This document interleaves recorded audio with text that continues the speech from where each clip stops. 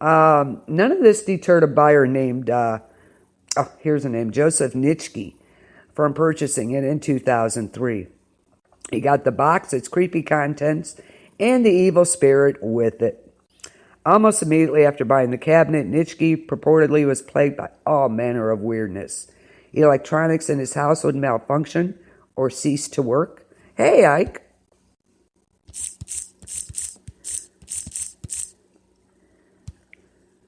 Ike. How are you, hon? Okay. Electronics in his house would malfunction or simply cease to work. Lights would turn on and off by themselves. Objects would be misplaced, as well as strange smells that would appear and disappear.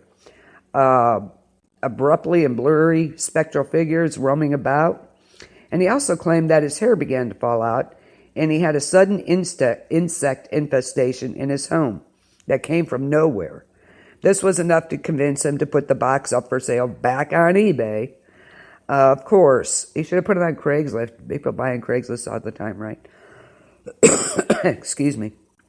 And he put it up on eBay, and it was purchased by a university museum curator and collector of religious paraphernalia named Jason Haxton of Missouri. He doesn't seem to have much more luck with it than anybody else. Haxton reported that he began to have myriad health problems shortly after acquiring the box. Inexplicable welts, rashes, and hives, constant coughing, fatigue, a metallic taste in his mouth, persistent nasal problems, and coughing up blood for no reason. He says his home had frequent phantom scents of things such as jasmine and cat urine. Despite all this, he also said that he believes the box reverses the aging process. And intrigued by these phenomena, Haxton then had it looked at by a specialist on Jewish artifacts, who determined it to be a sacred relic for imprisoning a spirit. Haxton, who is still the owner, has since gone to Jewish rabbis and mystics to have rituals done on the box to seal in the malicious spirit, after which he hid it away where it won't bother anyone again.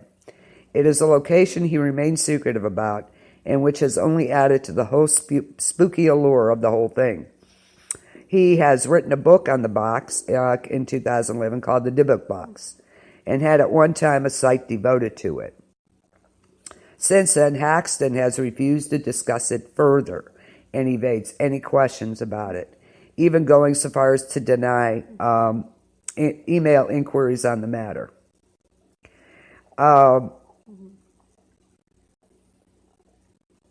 Dybbuk box has gone on to become somewhat of a phenomenon since it was first listed along with its eerie story on eBay, to the point that it has been made into numerous articles, books, and films. And of course, the most notably one, Sam Raimi directed The Possession in 2012. There you go. I agree. The movie The Possession was based on this box. It has been the subject of countless internet forums and comments. The tale has become nearly legendary. Skeptics, of course, have been quick to point out the story lacks very little verification. Oh, thank you, Ike. Thank you.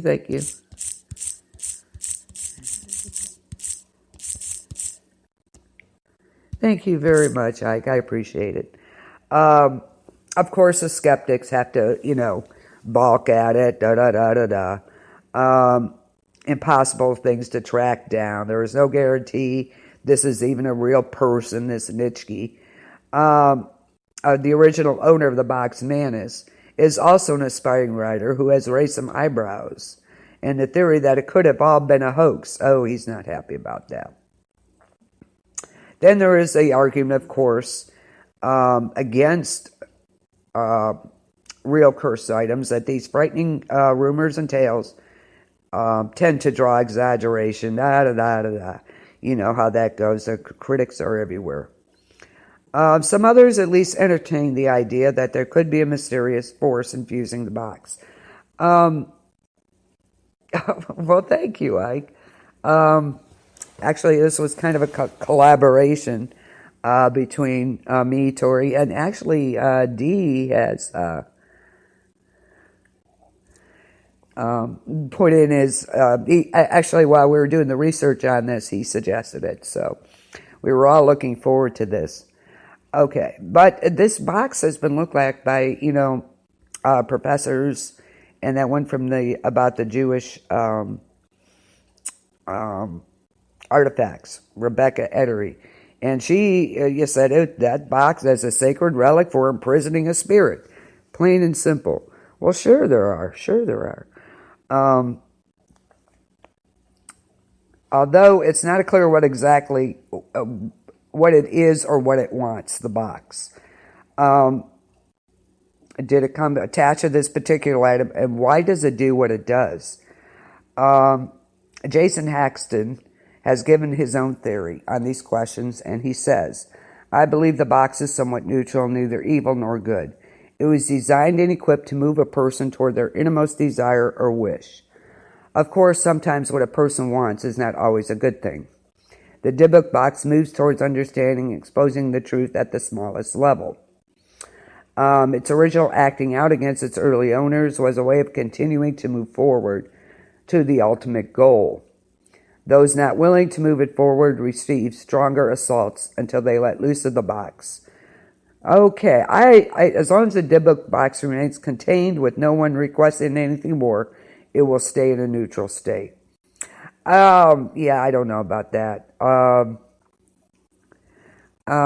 Yes. Yes, thank you both very much. You guys helped. You really did. We were in the process of doing the research, and he's like, we should do haunted items. I think, great minds, right? What do you think about this Dybbuk box, guys? Do you believe or don't you? What power does it have, if any? Is this a haunted object or just a hoax? What do you think? I thought you didn't want to. Stop it. Just because you want to. We're doing Bagans first. That one's so creepy.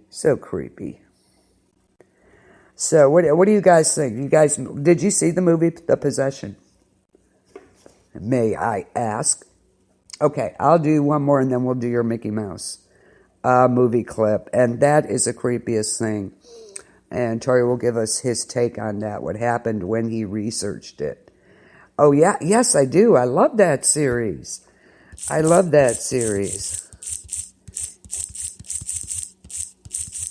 They had all kinds of haunted objects. They collected them just like these guys do. Okay, we're going to do one more, and then we'll do the Mickey Mouse movie clip. I got to fair warn you guys. Okay, this brought about... yeah, well, there you go. That's what the movie is based off of, is the Dybbuk box. Yes. I do believe so too, Dee. I do. Tori will give us what happened when he did this research on the Mickey Mouse movie clip. It is the creepiest thing ever. And I warn you, if you go watch this on YouTube, you do so at your own risk. Okay? Skeptics out there, do what you want, but I'm telling you now, it'll be a mistake. Okay. We're going to do one more, and then we'll go to the Mickey Mouse movie clip. We're going to do The Legend of the Crying Boy painting. Excuse me. I believe it is too. It was authenticated as a sacred relic for imprisoning an evil spirit. Okay. Anything on the Crying Boy painting, Tori, before I continue? Yeah, I agree, Dee. I think that box is genuine haunted artifact. The Crying Boy painting. This is interesting.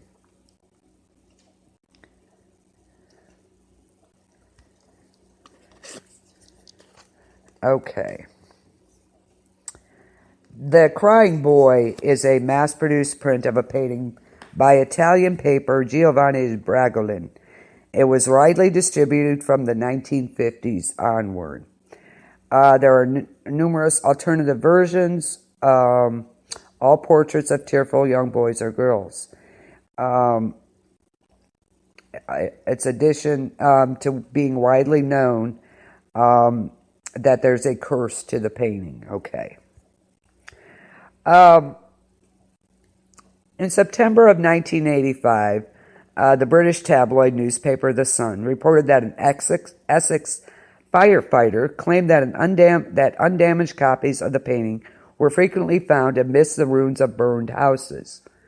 By the end of November, belief in the painting's curse was widespread enough that The Sun was organizing mass bonfires of the painting sent in by readers. Oh, I love horror movies. I love them all. Some are based on the true stories, so. The owner who had it, their house would burn down, but the painting would be untouched. Yeah. So by the end of November, belief was widespread in the painting's curse, enough that The Sun, that tabloid, was organizing mass bonfires of the paintings. Steve Punt, a British writer and comedian, investigated the curse of the Crying Boy. The format was kind of comical in nature. The conclusion reached by him following testing at the building research establishment, allegedly, that the prints were treated with a varnish containing fire retardant. All of them? I don't think this was mass produced. Oh, that's too cool. That's too cool. So they're saying that the string holding the painting to the wall would be the first to deteriorate, thus being protected. Oh, come on. Oh, you haven't seen that? That's a twist. There's a twist for that. There's a twist to that movie. You need to see that. Absolutely. Okay, so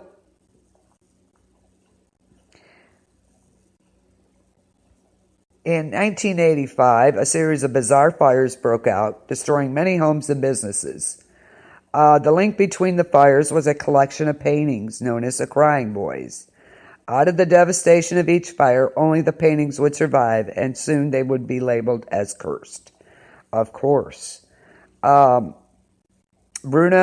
Amadeo, an academically trained painter, was working as a painting restorer in Venice when he created his series that became known as the Crying Boys. There was at least 65 made, all featured young boys who stared straight out of the picture with tears welling in their eyes and rolling down their cheeks. You need to see that movie. The pictures were created for tourists visiting post-World War II Venice. The significance being that the painting showed the plight of the children who had been orphaned due to the war. Eventually, some of these paintings were brought to England, mass-produced, and sold in grocery and department stores at cheap prices. More than 50,000 copies of these paintings made their way into houses all across England. Again, The Sun ran a report on strange happenings, and the headline of their story read, "Blazing Curse of the Crying Boy." The article told the story of Ron and May Hall's home of 27 years, which was destroyed by a devastating fire. The fire was started when an unattended frying pan, of course, lit up and the house went with it. The only one item seemed to have survived the blaze. Found amongst the ashes and ruin was a frame. The painting within was face down on the floor and only a little scorched. The Crying Boy had survived the fire. And it gets stranger. Ron Hall's brother was a firefighter, and he told how several houses had burned to the ground, and the sole remaining item was a copy of the Crying Boy, found intact, face down on the floor. He also insinuated firefighters believed the painting to be cursed, and that none would hang the picture in their homes. One fire station officer, Alan Wilkinson, had logged more than 50 Crying Boy fires. Okay, and Tori has here, legend has it if an owner has a painting of the Crying Boy, to stop the curse. There's a, yes, we're getting to that.